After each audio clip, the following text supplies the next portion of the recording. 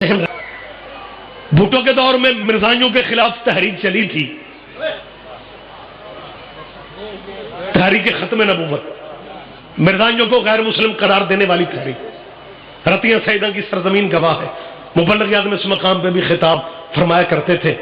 لیکن ان کی مثال ہی میرا خیال ہے دنیا میں آج ہمیں دکھائی نہیں دیتی۔ مبلغ اعظم کے زمانے کی بات کر رہا ہوں، مرزائیوں کے سربراہ مرزا ناصر نے اخباروں میں اشتہار دے دیے کہ مسلمانوں ہمارے مکان نہ جلاؤ، سارے مسلمانوں کے فرقے اکٹھے ہو کے بھٹو کے دور میں مرزائیوں کو قتل کر دو، مرزائیوں کی جائیدادیں لوٹ لو۔ اور مبلغ اعظم قبلہ کی زندگی کا یہ اہم ترین واقعہ جب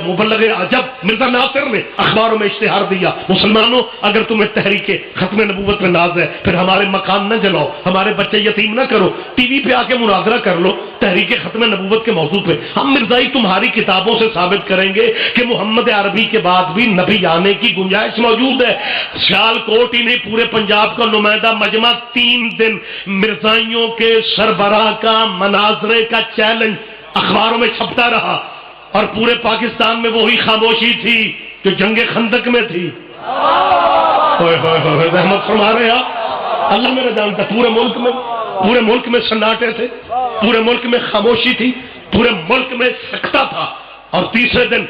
شورش کاشمیری، لاہور کا ایک بہت بڑا دنیا صحافت کا نام تھا، پنجاب کے مختلف فرقوں کے مولوی مل کے شورش کاشمیری کے پاس گئے اور جا کے کہنے لگے شورش صاحب مرزائیوں نے مناظرے کا چیلنج دے دیا ہے۔ شورش ان کے مذہب کا تھا، کہنے لگا پھر کیونکہ تمہاری فیلڈ ہے، تمہارا شعبہ ہے، مرزائیوں کے ساتھ مناظرہ کرو۔ پنجاب کے مولویوں نے مل کے کہا تھا شورش صاحب ہمارے پاس علم کی کمی تو نہیں ہے، لیکن بات مناظرے کی ہے، وہ شیعوں کے مولوی اسماعیل کے پاس جانا پڑے گا۔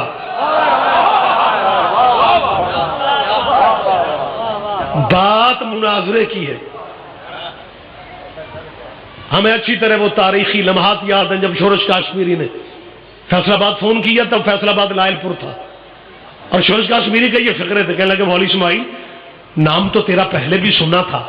لیکن اہمیت کا پتہ اب چلا ہے۔ مرزائیوں نے مناظرے کا چیلنج دیا اور پاکستان کے سارے مولوی میرے پاس موجود ہیں، وہ کہتے ہیں شیعوں کے مولوی اسماعیل سے رابطہ کرنا پڑے گا، اپنے مذہب اور اپنے مذہب کے وکیلوں کے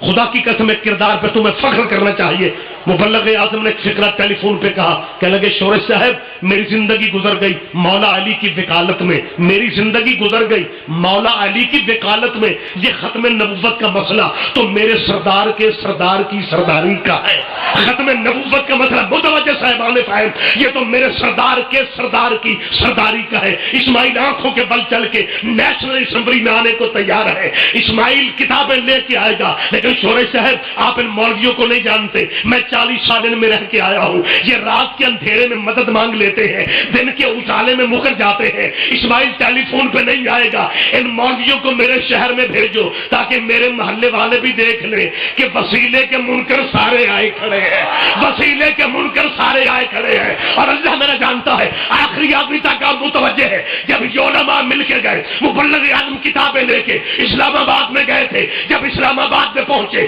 کرسیوں پہ علامہ مفتی محمود بھی تھے، علامہ شاہ احمد نورانی بھی تھے، علامہ غوث حدار بھی تھے، مرزائیوں کا سربراہ بھی تھا۔ جب تیری قوم کے وکیل آل محمد مبلغ اعظم گئے، سب سے پہلے مرزائیوں کے سربراہ مرزا ناصر نے اٹھ کے کہا تھا اسماعیل آپ کیسے آ گئے؟ قبلہ نے فرمایا تو نے مناظرے کا چیلنج دیا تھا کہ ٹی وی پہ مناظرہ کر لو، ٹی وی تو ٹی وی رہ گیا، میں چاند پہ مناظرہ کرنے کو بھی تیار ہوں۔ تب مرزائیوں کے خلیفے کے یہ فکرے تھے، مولوی اسماعیل کتابیں لے کے واپس چلے جاؤ، ہم نے مناظرے کا چیلنج مسلمانوں کو دیا تھا اور مومنوں کو تو نہیں دیا تھا۔